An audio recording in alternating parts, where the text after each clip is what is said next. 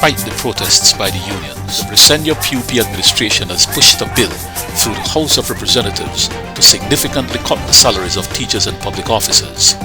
UDP opposition leader Honorable Patrick Farber emphatically condemned this government's harsh and uncompassionate move, even as it claims the economy is beginning to recover.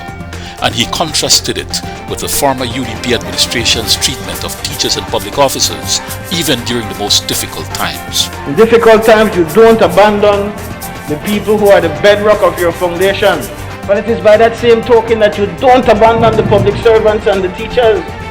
And we are proud of the record that even in a very difficult time, because the UDP was government in the same kind of predicament that they are in, In fact, the predicament was even worse. You know why? Because at the time, let's say 1 year ago, the pandemic came to Belize around the middle of March of 2020. And at that time, Madam Speaker, we didn't know when the pandemic would end. There was no end in sight. And even in the midst of that kind of ignorance of what would happen, the UDP said, we are not going to cut the salaries of our teachers and of our public servants. And the reason for that is simple. You do not cut the salary of the people who you will rely on to build back the economy. You don't do it.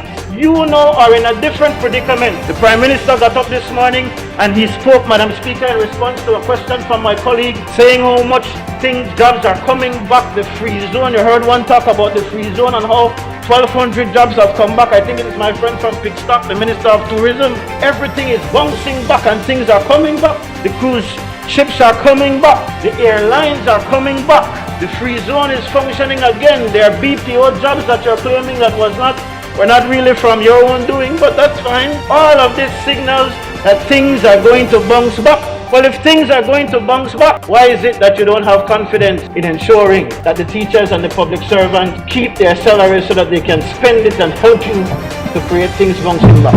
In addition, Madam Speaker, you know what they have that the UDP administration did not have? The fact that the world is bouncing back as a result of the vaccination. When the UDP made the decision to continue to pay the teachers, we didn't know when COVID would end and there was no vaccination. Now they know that there is a vaccination, but it is with that backdrop, knowing that there is going to be the kind of recovery, things that are happening now and will continue to happen, that you should have the confidence to give the teachers and the public servants what they are due.